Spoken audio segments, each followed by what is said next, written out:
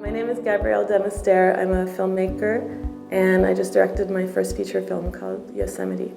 I grew up in Paris, in France. My mom is American and my dad is French. I had spent a lot of summers with my mom's family in California growing up. I have all these memories of just my Snoopy towel and going to the beach and this kind of exciting car and the whole beach surf culture fantasy. I would wake up at 4 a.m. and watch every cartoon and sitcom ever made before my mom woke up. California was very exciting in kind of a commercial pop culture way. So I had this kind of romantic tie to Berkeley, which is where I ended up making the movie.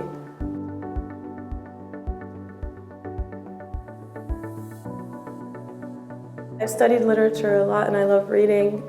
And whenever I'm writing a film, when I try to get inspired, I usually read a lot of books, and it's really helpful to me to think about characters or think about visual details or storylines and kind of let that influence my writing. Working with child actors was actually surprisingly fun and exciting. At first I was scared because 10-year-old boys don't really have the reputation for being very patient. So I was really nervous that they wouldn't be able to really sustain acting for the whole period of the movie, and then also that they would sort of lose patience and focus. And they were actually just amazingly great and excited to be in a film.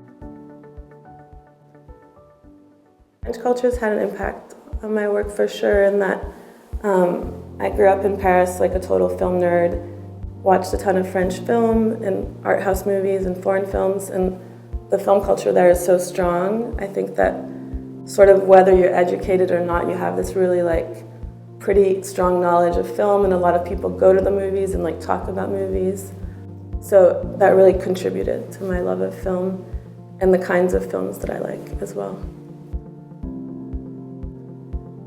I think there's so many movies being made nowadays that I feel like you have to really kind of feel like you have something to say, and it's socially and politically relevant, and to kind of cut through the massive movies being made.